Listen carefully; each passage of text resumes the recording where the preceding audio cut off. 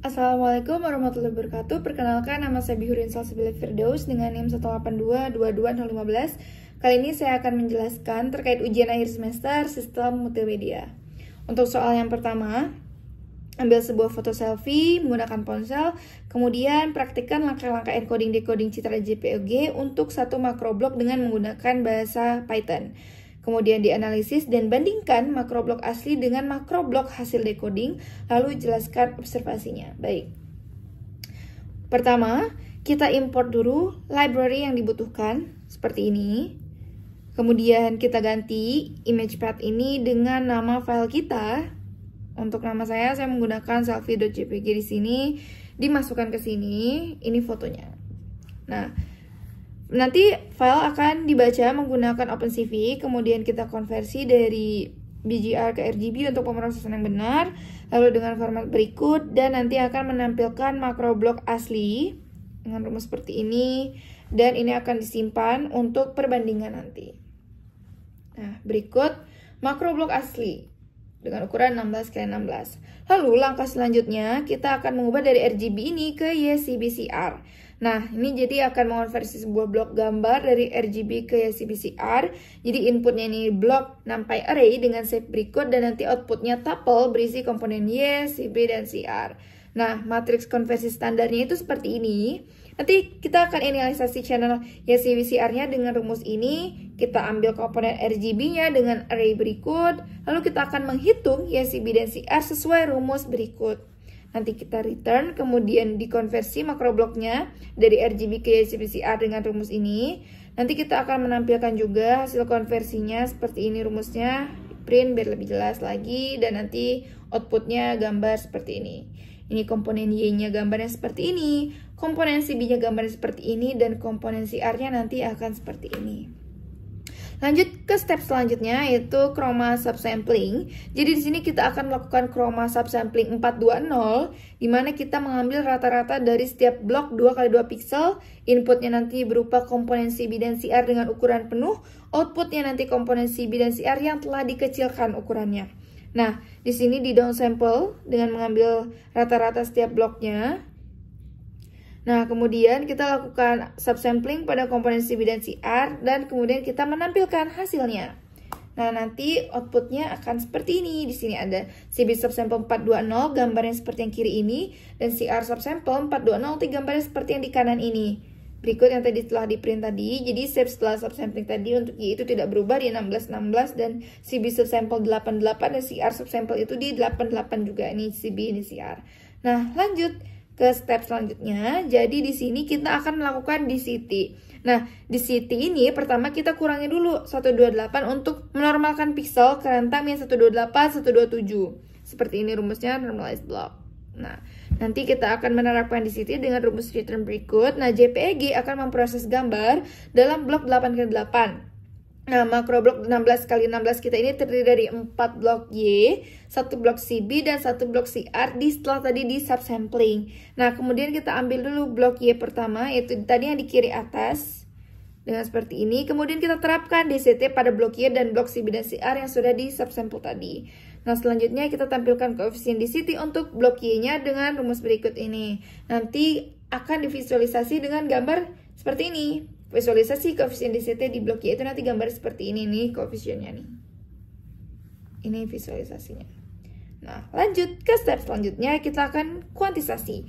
Nah, berikut ini adalah tabel kuantisasi standar JPEG di mana kualitasnya 50%. Nah, di sini ada quantization table Luma NP array. Luma tadi yang Y, maksudnya di sini quantization table chroma NP array.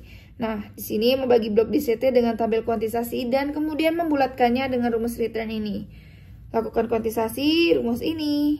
Kemudian lakukan kuantisasi untuk CB dan CR menggunakan tabel chroma dengan rumus ini. Nanti akan di print biar lebih jelas dengan kode ini. Nanti di sini blok Y setelah dikuantisasi seperti ini outputnya, blok CB setelah dikuantisasi seperti ini outputnya, dan blok CR setelah dikuantisasi seperti ini outputnya.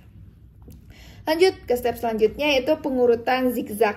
Nah, di pengurutan zigzag ini kita mengurutkan blok 8x8 ini menjadi array dengan pola zigzag. Nah, seperti ini rumusnya. Nah, indikator arah, satu ke atas, min satu ke bawah, direction dengan satu.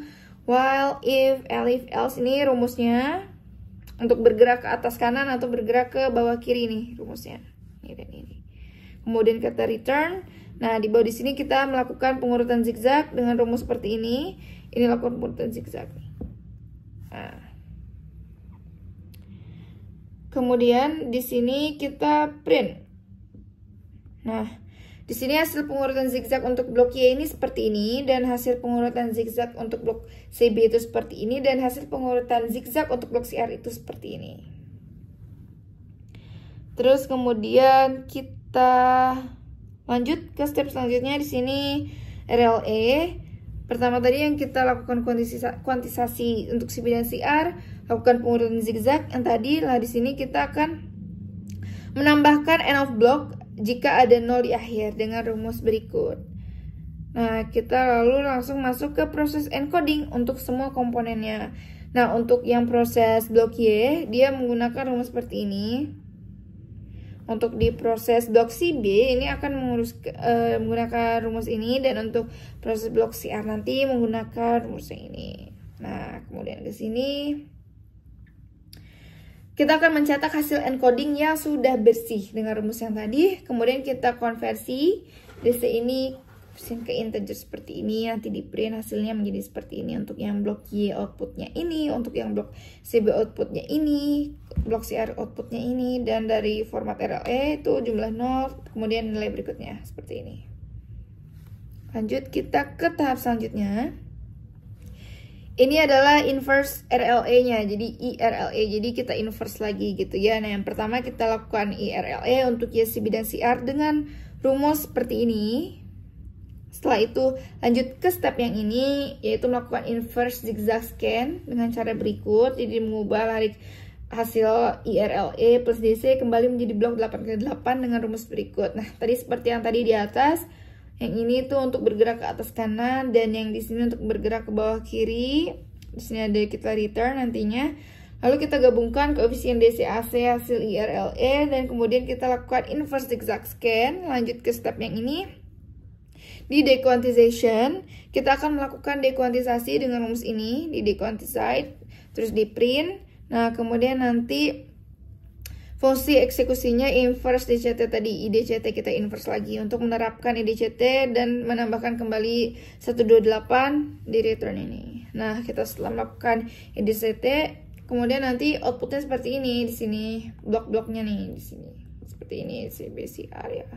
Kemudian nanti blok setelah inverse DCT itu seperti ini, blok-bloknya. Nah, yes, CBCR. Nah, lanjut kita akan melakukan chroma unsampling.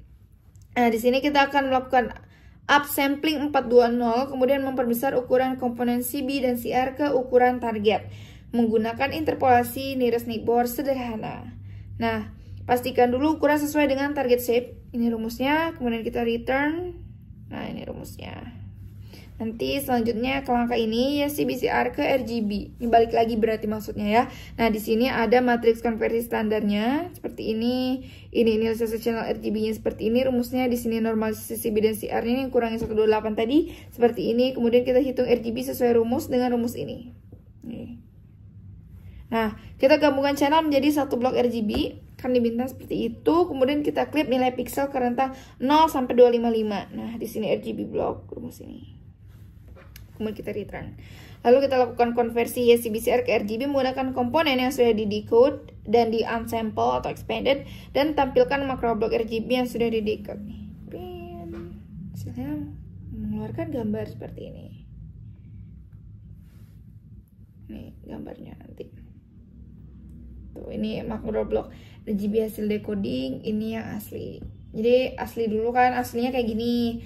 Setelah mengikuti langkah-langkah tadi, dia di decoding lagi jadi seperti ini. Nomor 2, di sini ada soal membuatlah skenario di mana kamera digital digunakan untuk merekam suatu kegiatan, contohnya futsal, dance. Kemudian video tersebut dikirimkan melalui internet dan ditampilkan ke layar penonton. Untuk soalnya sendiri, soal yang pertama, jelaskan perbedaan dari sinyal video analog dan digital serta relevansinya dalam skenario ini. Skenario yang saya pakai ini adalah orang yang sedang lomba renang. Berarti nanti kita akan menggunakan relevansi skenario ini untuk menjelaskan soal 1 sampai dengan soal 5 ini. Nah, untuk soal nomor 2, apa peran video encoder seperti H264 dan jelaskan bagaimana encoder tersebut bekerja secara umum. Untuk yang ketiga, jelaskan perbedaan open loop dan closed loop video encoding. Yang keempat, nanti jelaskan bagaimana redundansi temporal digunakan untuk kompresi video. Dan yang terakhir nanti jelaskan struktur GOP dan peran masing-masing frame I dan P dan B, serta analisis juga perbandingan kualitas dan ukuran file antara GOP 20 dan GOP 50.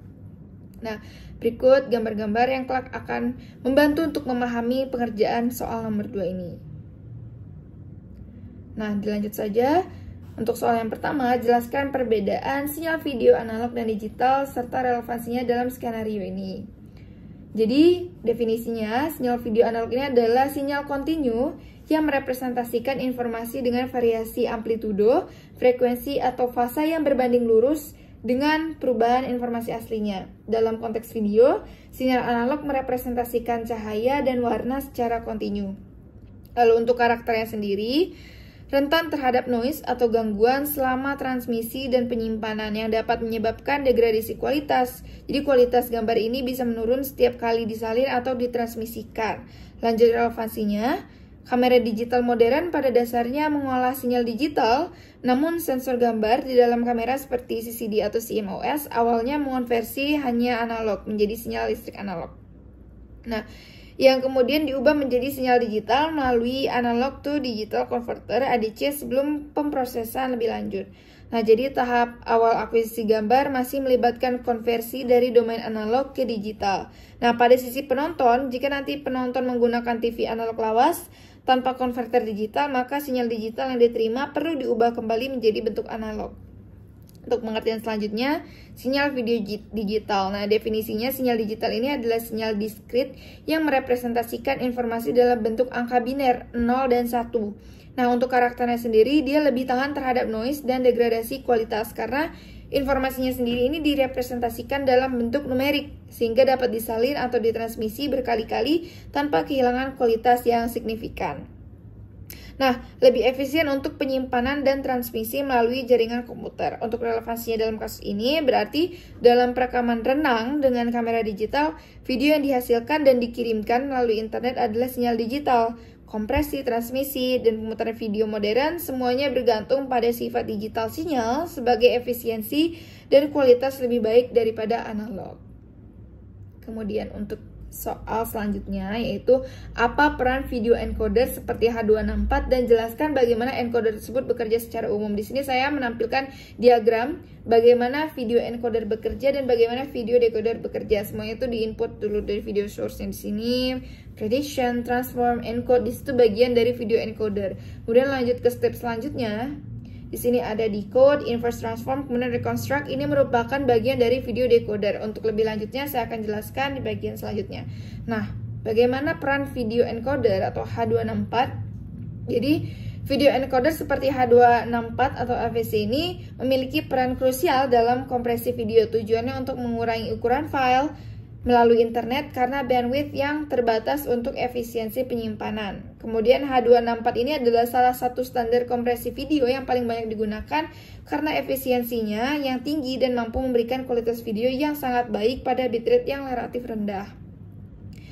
Untuk yang selanjutnya, bagaimana cara kerja H264 secara umum? Di sini saya menampilkan diagram cara kerjanya, transform, quantizer, dan segala macamnya. Nah, di sini juga ada perbandingan gambar yang saya tunjukkan. Jadi kalau misalkan H264 itu 32 Mbps, VC di situ di 15 Mbps. Nah, berikut penjelasannya. H264 ini menggunakan kombinasi teknik kompresi untuk menghilangkan redundansi dan irrelevansi dalam data video. Jadi langkahnya itu seperti grafik yang ini, diagram yang ini kita jelaskan di sini. Yang pertama itu transformasi blok. Jadi di DCT, jadi setiap frame video itu dibagi menjadi blok-blok kecil, misalnya 4x4 atau 8x8 gitu. Nah, transformasi DCT ini mengubah data pixel spasial dalam blok ini menjadi koefisien frekuensi. Nah, Kemudian langkah selanjutnya adalah kuantisasi, di mana koefisien frekuensi yang dihasilkan dari DCT kemudian dikuantisasi. Nah, proses ini tuh mengurangi presisi koefisien dengan membulatkannya atau membaginya dengan nilai tertentu. Ini merupakan tahap lossy atau menghilangkan informasi. Dari kompresi juga terdapat juga yang paling efektif dalam mengurangi ukuran data. Di sini semakin tinggi tingkat kuantisasi, semakin rendah ukuran filenya, tapi kualitasnya juga semakin rendah gitu. Kemudian langkah selanjutnya, prediksi interframe atau kompensasi gerak. Nah, jadi encoder mencari blok-blok yang mirip di frame sebelumnya gitu atau frame-frame berikutnya dan mencatat vektor gerak yang menunjukkan pergeseran blok tersebut. Hanya selisih antara blok saat ini dan blok yang diprediksi. Jadi disebut residual yang perlu dikodekan. Bukan seluruh blok, dan ini sangat efektif dalam adegan dengan gerakan yang konsisten seperti saat berenang di dalam air. Kemudian langkah selanjutnya itu prediksi intraframe, di mana untuk blok di dalam frame yang sama, misalnya jika blok tidak dapat diprediksi dengan baik dari frame lain, encoder dapat memprediksi nilai piksel dari piksel-piksel di sekitarnya dalam frame yang sama. Hanya residual dari prediksi ini yang dikodekan. Nah, kemudian langkah selanjutnya, kita pengkodean entropi atau arithmetic coding. Di sini setelah koefisien dikuantisasi dan residual dihitung, nanti data yang tersisa memiliki banyak nol atau pola yang berulang. Nah, jadi teknik pengkodean entropi seperti CAVLC ini tuh digunakan untuk mengkodekan data ini secara lebih efisien lagi. Dengan memberikan kode pendek untuk simbol yang sering muncul dan kode panjang untuk simbol yang jarang muncul. Nah, ini adalah tahap dari lossless atau tidak kehilangan informasi. Nah, di sini sebagai kesimpulan, singkatnya itu H26 ini bekerja dengan menghilangkan informasi yang berlebihan atau redundansi baik dari dalam satu frame spasial maupun antar frame temporal, serta informasi yang tidak signifikan bagi persepsi mata manusia atau irrelevan begitu untuk mencapai rasio kompresi yang tinggi. Nah, kemudian lanjut ke soal yang selanjutnya, menjelaskan perbedaan dari open loop dan juga closed loop dari video encoding. Jadi untuk open loop video encoding sendiri, kalau dalam sistem pengkodean open loop, encoder ini mengkodekan video tanpa feedback dari decoder atau dari persepsi kualitas visual. Di mana parameter kompresi, misalkan di sini ada tingkat kuantisasi, diterapkan di awal dan tetap konstan atau bervariasi berdasarkan model yang telah ditemukan sebelumnya tanpa menyesuaikan diri dengan hasil kompresi yang aktual. Untuk karakternya sendiri di sini ada 3. Yang pertama itu lebih sederhana dari implementasinya. Dalam implementasinya ini lebih sederhana. Kemudian selanjutnya itu kecepatan encoding cenderung lebih cepat karena tidak ada proses iteratif. Dia tuh nggak punya tahap iteratif, jadi dia pasti lebih cepat. Kemudian yang selanjutnya itu tidak ada jaminan kualitas visual atau bitrate yang konsisten. Jadi kualitas bisa berfluktuasi drastis gitu tergantung pada kompleksitas adegannya. Sebagai contoh, beberapa skenario kompresi dasar atau real time dengan prioritas kecepatan daripada kualitas atau bitrate yang stabil. Lanjut ke closed loop video encoding. Jadi dalam sistem pengkodean closed loop, encoder ini memiliki mekanisme feedback yang memungkinkannya untuk menyesuaikan parameter kompresi secara dinamis berdasarkan analisis data video, buffer occupancy, atau bahkan estimasi kualitas visual. Tujuannya di sini untuk mencapai bitrate target yang konsisten atau mempertahankan kualitas visual tertentu. Untuk karakteristiknya di sini ada 3 juga. Yang pertama, dia lebih kompleks dalam implementasi. Yang kedua, kecepatan encoding bisa lebih lambat karena melibatkan iteratif tadi. Jadi kalau dia ada iteratif atau analisis, pasti kecepatan encodingnya itu akan lebih lambat daripada yang lain. Kemudian yang ketiga, dia mampu menghasilkan bitrate yang lebih stabil atau kualitas visual yang lebih konsisten. Untuk contohnya sendiri, ini digunakan secara luas dalam aplikasi streaming video seperti YouTube atau Netflix, siaran digital, dan penyimpanan video yang berkualitas tinggi, di mana untuk menjaga kualitas atau bitrate yang stabil adalah prioritasnya. Kemudian, soal selanjutnya, jelaskan bagaimana redundansi temporal digunakan untuk kompresi video. Sini gambar-gambar yang menurut saya bisa membantu menjelaskan untuk soal nomor 4 ini. Temporal compression technique, seperti ini. Nah, jadi, redundansi temporal ini mengacu pada fakta bahwa piksel atau area dalam frame video ini mirip atau identik dengan piksel atau area di frame yang sebelumnya. Di sini relevansinya dalam video renang, contoh redundansi temporal itu misal yang pertama, latar belakang kolam renang yang tidak bergerak, misalnya kan ubin dasar kolam, garis lain di tepi kolam, dia akan tetap sama dari satu frame ke frame berikutnya. Jadi kayak kalau misalkan ada video berenang, kan latar belakang itu tidak akan bergerak seperti ubin, dinding-dindingnya akan sama, jadi itu disebut dengan redundansi temporal. Kemudian yang kedua, air yang relatif tenang mungkin menunjukkan sedikit perubahan antar framenya. Air juga termasuk ke redundansi karena dia tidak aktif bergerak seperti perenangnya gitu, lebih ke pembantu dan latar belakangnya. Nah, cara kerjanya bagaimana? Yang pertama itu dia akan melakukan pembagian menjadi blok-blok. Jadi setiap frame video itu dibagi menjadi blok-blok kecil. Misalnya ada makro blok 16x16 pixel atau partisi yang lebih kecil lagi. Langkah selanjutnya dia akan pencarian blok mirip atau disebut juga dengan motion estimation. Di sini untuk memastikan blok di frame saat ini atau current frame, encodernya mencari blok yang paling mirip di referensi. Biasanya di frame sebelumnya yang dikodekan, tapi bisa juga di frame berikutnya. Nah, pencarian ini dilakukan dalam area pencarian yang telah ditentukan sebelumnya. Langkah selanjutnya, vektor gerak atau motion vector. Jadi jika blok yang mirip ditemukan, encoder ini tidak mengkodekan seluruh blok tersebut. Jadi sebaliknya, dia malah menghitung vektor-vektor gerak yang menunjukkan seberapa jauh dan ke arah mana blok di frame saat ini telah bergeser dari blok yang sesuai dari frame referensi. Nah, vektor gerak ini biasanya merepresentasikan sebagai koordinat dx, dy. Kemudian selanjutnya dia akan melakukan prediksi atau prediction. Jadi dengan menggunakan vektor gerak, encoder ini memprediksi blok di current frame berdasarkan blok di frame referensi seperti yang disebutkan tadi. Nah, lanjut. Langkah selanjutnya itu akan melakukan perhitungan residual, di mana proses ini encoder menghitung selisih yang disebut residual atau prediction error, di mana antara blok aktual di current frame dan blok yang diprediksi. Langkah terakhir kita akan melakukan encoding residual, yaitu hanya residual atau perbedaan saja yang dikodekan dan dikirimkan bersama dengan vektor gerak. Sebagai kesimpulan, jadi di dalam skenario video renang, teknik ini sangat efektif misalnya saat perenang melakukan gerakan mendayung atau hanya posisi lengan dan kaki saja serta percikan air yang perlu diwakilkan oleh residual dan vektor gerak, sementara latar belakang kolam renang atau air-air tadi yang tenang itu dapat diwakili dengan vektor gerak 0 dan residualnya juga sangat kecil. Ini juga mengurangi jumlah data yang diperlukan untuk menggambarkan setiap frame secara drastis. Kemudian di soal terakhir yang nomor 5, jelaskan struktur GOP dan peran masing-masing frame IPB, analisis juga perbandingan kualitas ukuran file GOP 20 dan GOP-nya 50. Jadi pertama, apa itu GOP? Jadi GOP ini adalah struktur fundamental dalam kompresi video interframe. Ini adalah sequence frame yang mandiri yang dimulai dengan sebuah frame I dan kemudian dapat berisi frame P dan juga frame B. Nah, setiap GOP ini dapat didecode secara independen dari GOP lainnya. Yang penting untuk seeking atau melompat dari titik tertentu di dalam video. Dan juga bisa untuk pemulihan kesalahan. Seperti ini. Kalau ini kan gambaran tampilan untuk OI, jadi di sini I semua. Sedangkan di sini ada IPB, jadi di dalam GOP ini disebutnya group of picture, ada I, ada B, ada P. Di sini disebut dengan GOP. Nah, peran masing-masing frame I, P, dan B. iframe di sini intra-code frame. Di sini perannya iframe ini adalah frame yang dikodekan secara independen tanpa mengacu pada frame lain dalam video.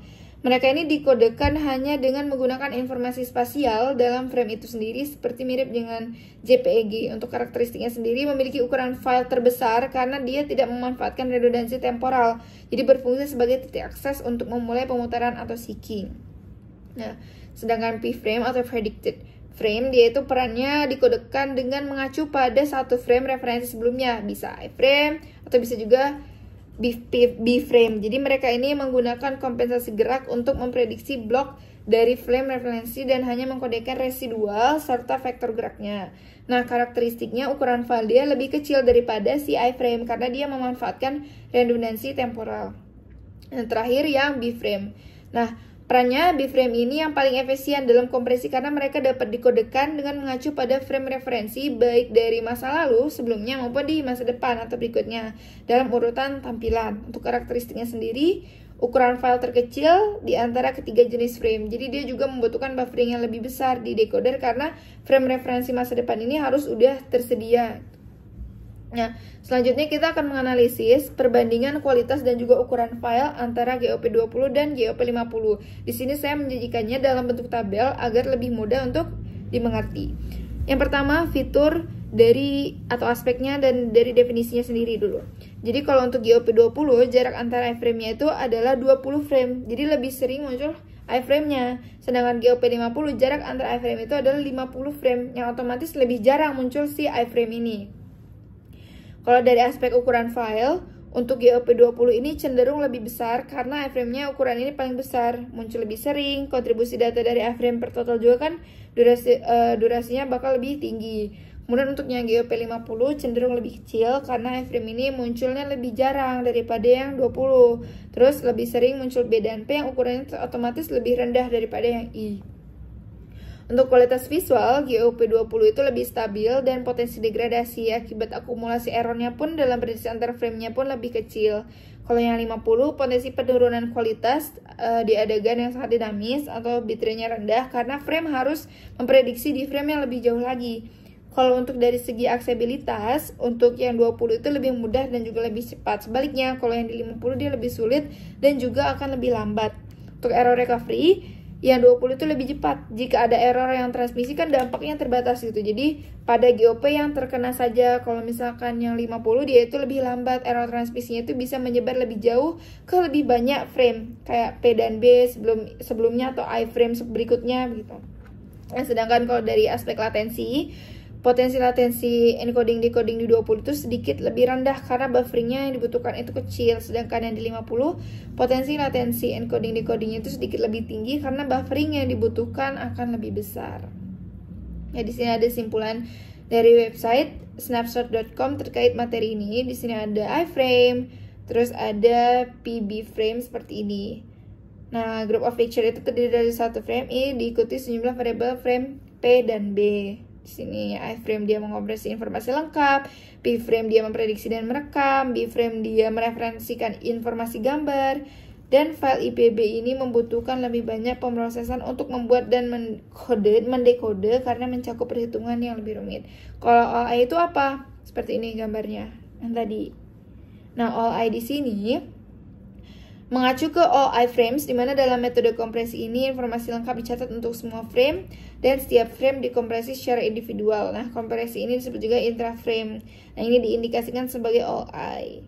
Nah, semua file tersebut membutuhkan hanya perlu sedikit pemrosesan untuk membuat dan memecahkan kode. Jadi semua file ini biasanya juga berkualitas lebih tinggi meskipun itu juga tergantung pada file-file di dalamnya. Lanjut ke soal yang ketiga tentang kompresi audio. Di sini melakukan eksperimen sederhana untuk menganalisis perubahan karakteristik sinyal audio sebelum dan sesudah proses kompresi. Gunakan metode kompresi audio berbasis format MP3 menggunakan Python dan library terkait. Nah, untuk langkah-langkahnya, yang pertama, pilih dulu satu file audio. Formatnya WAV berdurasi 10-30 detik. Kemudian langkah kedua, kompresi file tersebut ke format MP3 menggunakan library PyDub atau FFmpeg Python. Dan yang ketiga, kita bandingkan ukuran filenya, spektrum frekuensi, dan visualisasi gelombang antara file asli dan file hasil kompresi. Untuk pilihan satu file audio yang format WAV ini, saya memilih audio yang berdurasi 29 detik dan berikut audionya saya putarkan.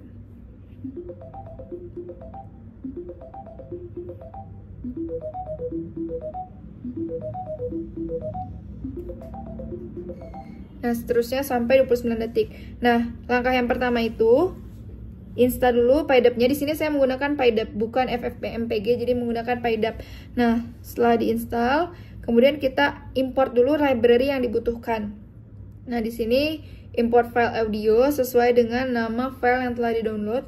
Nama file saya ini file example WAV, FFmpeg WAV. Nah, di sini tipe data untuk filenya apa, untuk mengetahui dulu ya bagaimana data-data file ini. Kemudian untuk mengetahui frame rate-nya, jumlah channel, jumlah byte per sampel, amplitude maksimum, kemudian mengetahui panjang file audio dalam milidetiknya, mengubah frame rate video menjadi 50 Hz, dan output frame rate baru setelah diubah menjadi 50 Hz seperti ini. Di sini ada tipe datanya, kemudian frame rate, jumlah channel, dan seterusnya.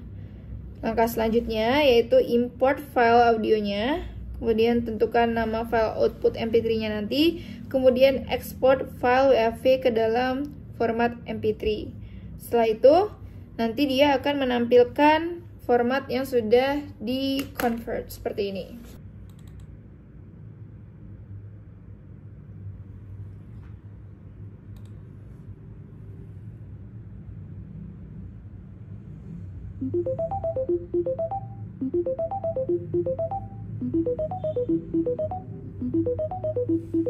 Setelah dikompresi file tersebut ke format MP3, kita akan memuat dan menghitung spektrum untuk WAV ini. Nah, dengan rumus berikut, kemudian kita memuat dan menghitung spektrum untuk MP3-nya dengan rumus berikut, dan kemudian memvisualisasikan spektrum frekuensi plus spektrum WAV-nya seperti ini, plus spektrum MP3-nya seperti ini. Nah, ditampilkanlah output untuk spektrum frekuensi seperti ini. Ini yang WAV, ini yang MP3. Nah, untuk lebih jelasnya lagi, dibuatlah menjadi 5000 Hz biar kita bisa membedakannya lebih mudah. Lihat di ujung-ujungnya di sini. Kan terlihat perbedaannya. Ini lebih tinggi, sedangkan ini sebelum 300, yang ini lebih dari 300. Yang ini untuk WAV, yang bawah untuk MP3. Selanjutnya, kita akan memuat data audio. Jadi pastikan dulu sampel rate kedua file ini sama. Penting untuk perbandingan visualnya. Nah, seperti ini. Pastikan tidak melebihi panjang file yang sebenarnya. Kemudian buat array waktu untuk plotting gelombang, plot gelombang asli dengan rumus ini. Kemudian kita nanti akan plot gelombang hasil kompresinya dengan rumus seperti ini. Pas divisualisasikan nanti akan keluar tampilannya. Untuk gelombang file aslinya di WAV-nya di 3 detik pertama itu seperti ini. Untuk gelombang file asli kompresi, hasil kompresi di 3 detik pertama itu seperti ini. Agak susah terlihat perbedaannya, maka kita buat di 1 detik pertama akan lebih terlihat perbedaannya. Lihat yang di sini. Akan terlihat perbedaannya. Dia lebih tinggi di sini, sedangkan yang di sini dia akan menampilkan lebih rendah untuk perbedaannya. Tuh. Seperti itu. Baik, lanjut ke soal yang terakhir untuk soal watermarking. Jadi disimulasikan, demonstrasikan, dan jelaskan dengan menggunakan bahasa Python dari proses embedding dan detection watermarking sebuah sinyal suara sinusoida 440 Hz yang menggunakan sample rate 48.000 sampel per detik. Nah, teknik watermarking yang digunakan ini berbasis Phred spectrum dengan menggunakan seed, bulan, dan tanggal kelahiran saya. Dengan bobot watermarking yang digunakan divariasikan setidaknya menggunakan 2 bobot yang berbeda. Untuk soal yang A, menampilkan grafik sebelum dan sesudah adanya watermarking. Untuk soal yang B, mainkan suara sebelum dan sesudah watermarking. Dan yang C, jelaskan efek hasil deteksi untuk variasi bobot yang berbeda. Nah, untuk langkah yang pertama, kita import dulu yang diperlukan. Kemudian kita definisikan seperti ini rumusnya, ini frekuensi, durasinya seperti ini. Tone-nya 48.000 sesuai dengan tadi soal. Kemudian di sini kita audio path-nya dari Brosa. Kemudian nanti akan menghasilkan output-nya berupa audio seperti ini.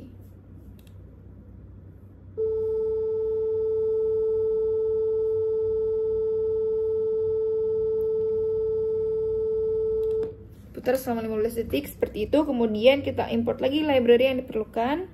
Kita konfigurasi awalnya seperti apa, kita ganti dengan bulan dan tanggal lahir. Untuk akses di sini month seed-nya 12 karena bulan Desember, dan day seed-nya ini 3 karena tanggal 3. Jadi step 1 selesai. Di sini step ini untuk inisialisasi dan import library. Kemudian lanjut ke step 2 yaitu definisi fungsi. Nah, jadi fungsi untuk menghasilkan sinyal nada seperti ini. Rumusnya membuat array waktu dari 0 hingga durasi dengan jumlah sampel yang sesuai. Kemudian kita hitung nilai amplitudo sinyal sinusnya dengan rumus seperti ini. Setelah itu, maka step 2 selesai. Definisi fungsi generate tone selesai. Kemudian lanjut ke step 3 yaitu fungsi untuk generate watermark atau pseudo random sequence. Nah, di tahap ini kita akan mengenerate watermarknya dengan rumus begini. Yang pertama mengatur seed untuk reproduksibilitas, kemudian menghasilkan urutan min 1 atau 1, kemudian juga random length-nya lebih dari 0,5 untuk masukkan true false, dikalikan 2 min 1 menghasilkan 1 atau min 1 dengan return seperti ini. Jika sudah, maka step 3 untuk definisi fungsi generate watermark sequence selesai. Lanjut ke step 4. Di step 4 ini merupakan fungsi dari embedding watermark.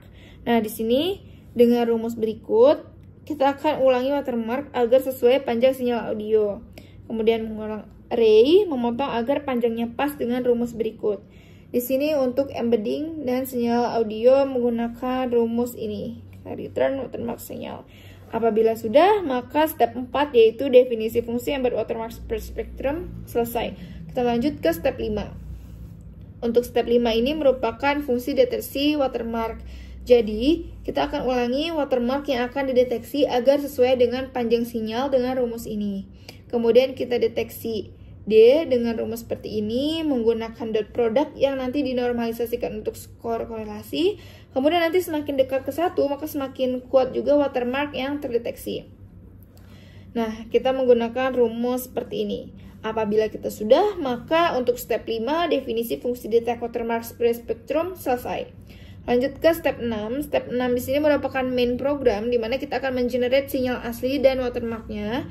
Jadi di sini kita membuat sinyal audio asli, kemudian kita normalisasi sinyal asli untuk menghindari clipping saat embedding. Jadi kita mengatur amplitudo maksimal ke 0,8 untuk memberikan ruang bagi watermark.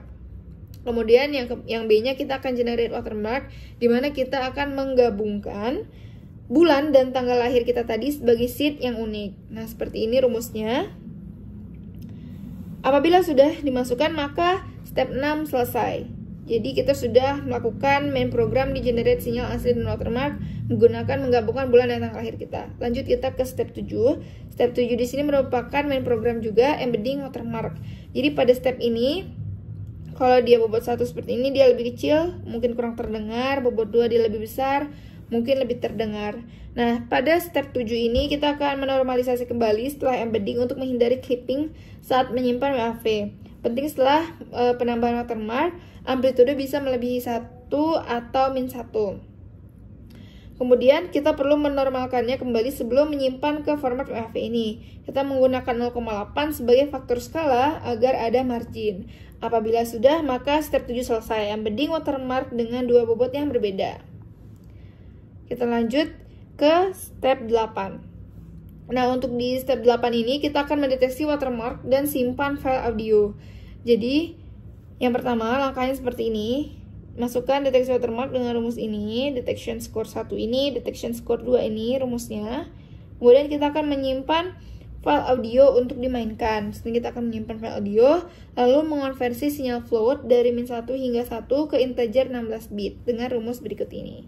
Apabila sudah, maka step 8 selesai. Jadi step 8 sudah selesai mendeteksi watermark dan simpan file audio. Nah, berikut sebelum dan sesudah watermarking untuk menjawab soal yang A.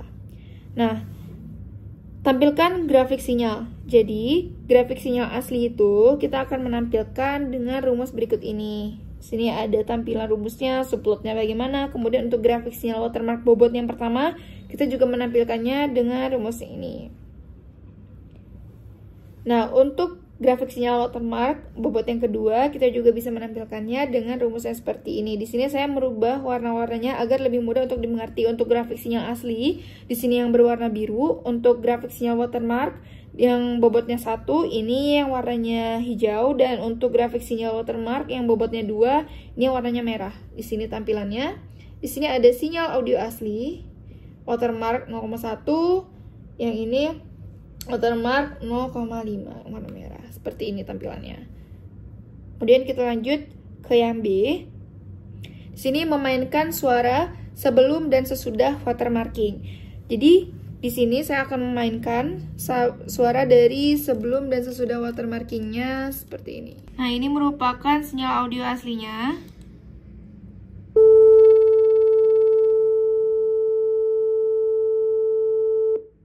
Ini merupakan sinyal audio yang di watermark dengan alpha 0,1.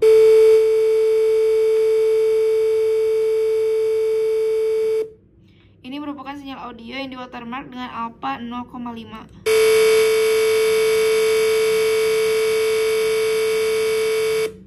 Kemudian lanjut di sini merupakan penjelasan dari efek hasil deteksi. Jadi dalam metode watermarking spread spektrum ini, proses deteksi watermark dilakukan dengan menghitung korelasi antara sinyal yang diduga mengandung watermark dengan watermark asli.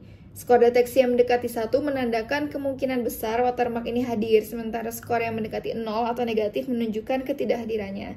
Nah, nilai korelasi ini menjadi ukuran yang efektif untuk menilai kemiripan antara sinyal yang telah di watermark dengan watermark aslinya. Nah, kemudian ketika bobot alfa yang digunakan ini 0,1, skor deteksi yang dihasilkan adalah 0,1741.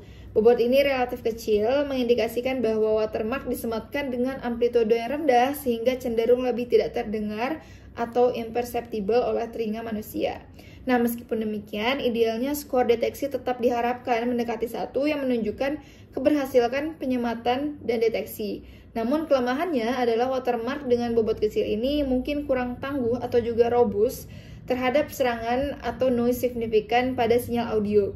Sebaliknya, saat bobot alfa ditingkatkan menjadi 0,5, skor deteksi yang tercatat adalah 0,6623, di mana bobot yang lebih besar ini membuat watermark lebih jelas tertanam dalam sinyal asli, sehingga berpotensi sedikit lebih terdengar atau perceptible sebagai noise atau perubahannya kecil. Meskipun demikian, skor deteksi untuk bobot yang lebih besar cenderung lebih tinggi dan juga lebih tangguh atau robust terhadap serangan atau degradasi sinyal karena kekuatan watermark dalam sinyal menjadi lebih signifikan. Sekian dari saya, terima kasih.